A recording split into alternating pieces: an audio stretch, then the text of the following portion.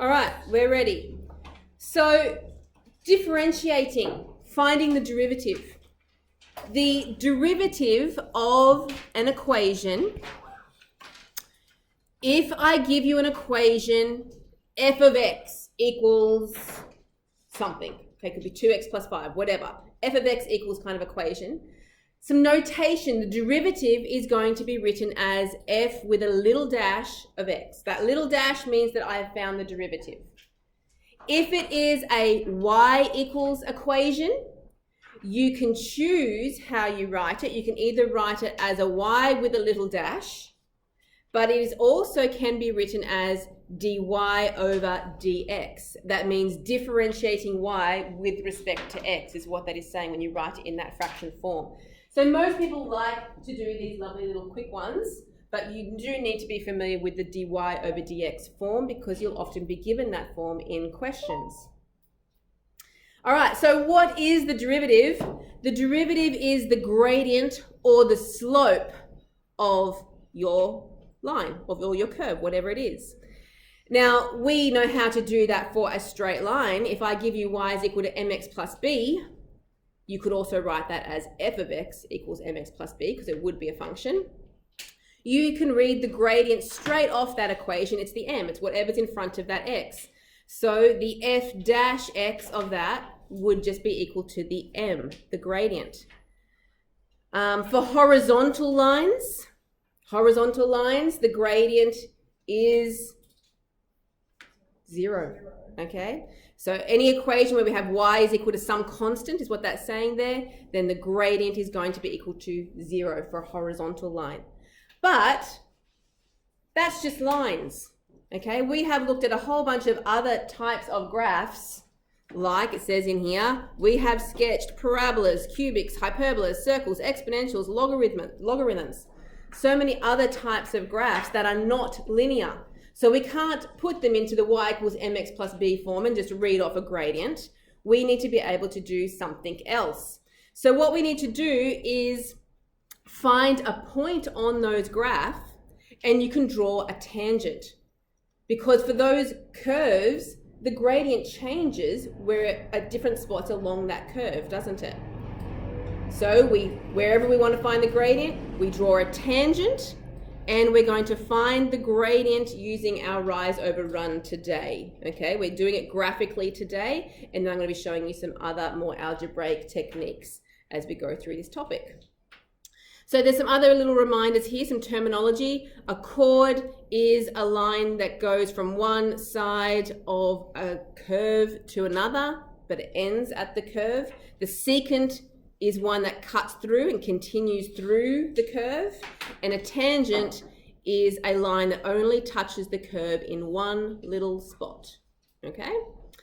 So here is our questions that we're doing today. Graphically, we want to be able to find gradients graphically of curves, okay? So question number 1, it says, on the graph below, use a ruler to draw a tangent at the point 1, 1. Okay, so using your ruler as best you can. So 1, 1 is over in this point P here. You need to try and draw a line so that it's only going to touch that curve directly at 1, 1. Okay, so like that. Now I'm going to extend my line so that I can make a nice little triangle, okay? I've drawn it so that it comes up to this line here, so it's going to make a nice little value there for me to use, and down to this one, so I can draw my triangle in here. Okay, so coming down and across, that's my little triangle. Once I have drawn my tangent, then I'm going to use the definition rise over run, that's what it says in the question, to find the gradient of that tangent. And it says to do no more than 2 decimal places. Now, realistically, 2 decimal places is being generous because we are doing this graphically. It's not the most accurate method anyway. Even 1 decimal place is probably not going to be super accurate, but let's see what we can get. So on the side here, I'm going to write m equals rise over run.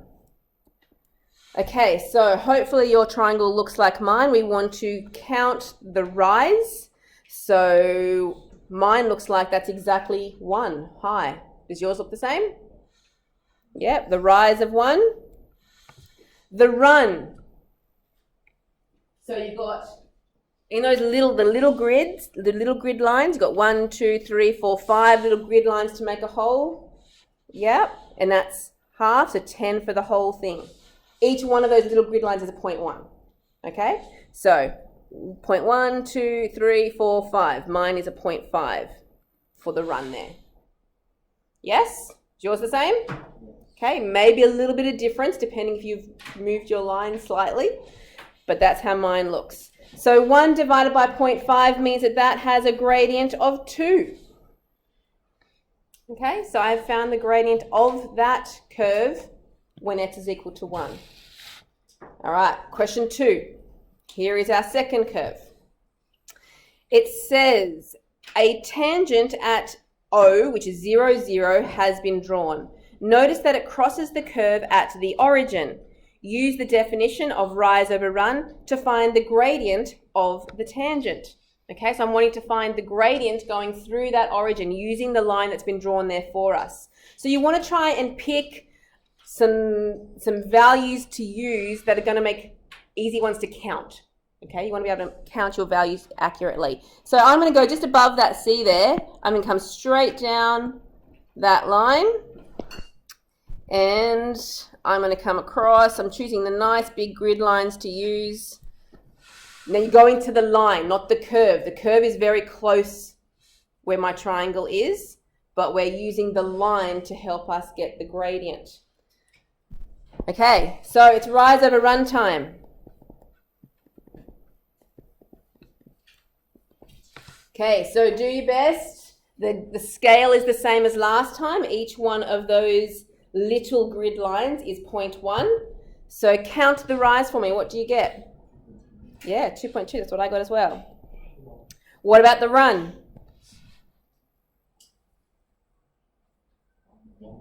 Yeah.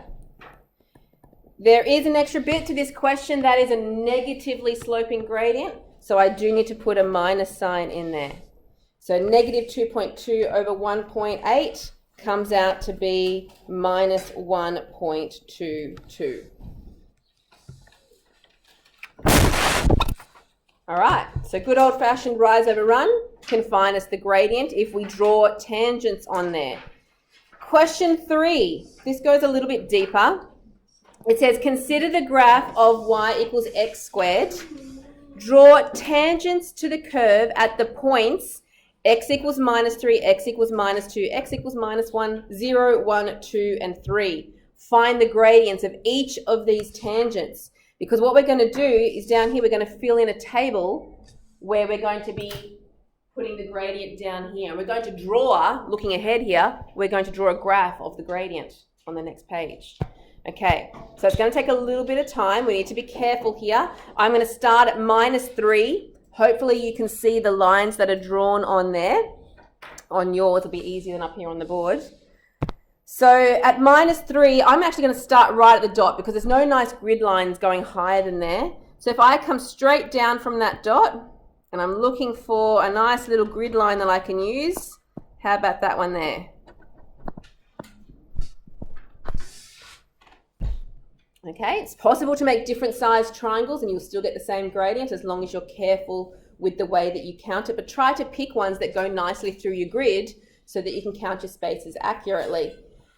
Okay, so using that triangle that I have drawn, what is the rise of that triangle? Look at the scale. Each small space is a half.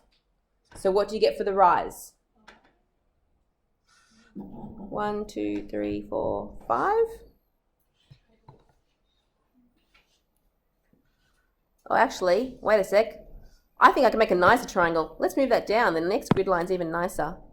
That one's nicer there. Let's go to there. Oh, you can't do that? You should draw in pencil. Always do graphs in pencil. Oh, that's nicer because that goes nicely through the next grid. So that's a rise of 6. Why did we do that? Oh, well, I could have done the other one, but I was just looking at this value here, and I would have had to estimate that would be like a 0.7 or a 0.6. It would have, but this one goes nicely through there. It's a nice whole number. So it's a nice, it's a nicer triangle.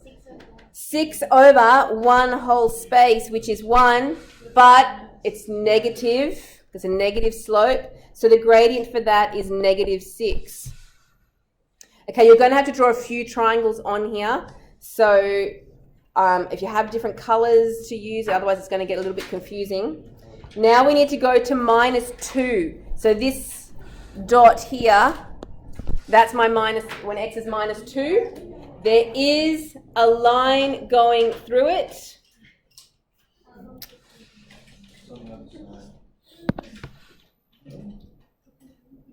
Or you could do the one on the other side. Yes, Rowan, you could. Oh, we want to be sneaky? The thing about parabolas are that I was going to wait. Rowan's ruining my fun here. Parabolas are symmetrical. The ones on the other side are going to be the same but positive. So Rowan has suggested, and quite wisely, that it would be easier to make a triangle on the other side, at the positive too. So how about we copy that idea? Let's make a triangle. I think maybe here. That's a nice grid line. Oh, and across there. Okay, there's my nice right angle triangle. What is the rise of that triangle? 1, 2, 3, 4, 5, 6. So this is at 2, 6 over 1.5, isn't it?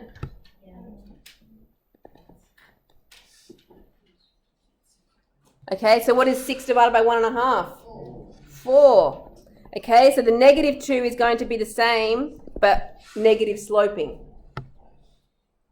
Okay, what about -1? Okay, -1 down here. Can we make a nice little triangle? How about we go down here and across there? Okay, what's the rise of that triangle? 2, what's the run? So that's -2. Don't forget the minus, that's a negative slope. Okay, so -2 for that gradient. What about 0? It is going to be a horizontal tangent coming through here. So that would be a slope of 0, like that. Okay, now all of those positive, like the positive one, should just be the positive version of the negative one. So it's -2 at -1. That's too many numbers I'm saying in there.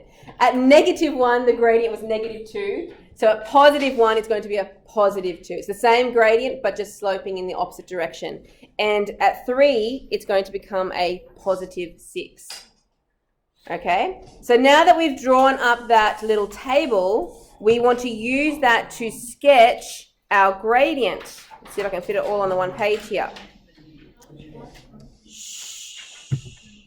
So the x-axis is where it normally is, but the y-axis is not a y-axis any longer. This is going to be your gradient here. So it's x versus the gradient. Okay, we are sketching the gradient function, the gradient of that last one. So when x is -3, y, or the gradient, was -6 down here. At x is -2, the gradient was -4. At x is -1, the gradient was -2. At x equals 0, the gradient was 0. At x equals 1, the gradient was 2. At x equals 2, the gradient was 4. And x equals 3, the gradient is 6. Look how lovely that is. Wow. It made a beautiful straight line.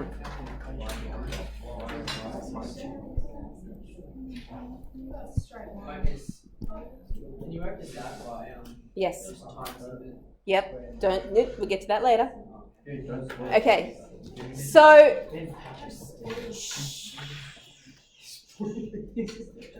the gradient of that parabola can be represented by the equation of a straight line.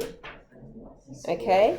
So As I said, today is all about the graphical methods. We will be learning algebraic techniques, which are much more accurate and reliable because you don't have to worry about whether you've read things off the scale accurately, particularly when you can't always draw a graph to a 0.1 scale like those ones were.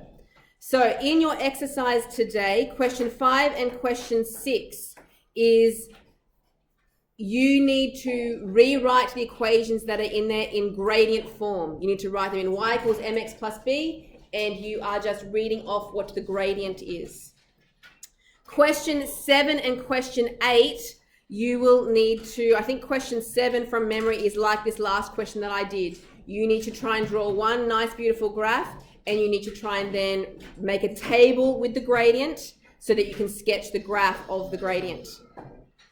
Okay, so there's not very many questions, but those last two will take you a little bit of time. Please be careful with them.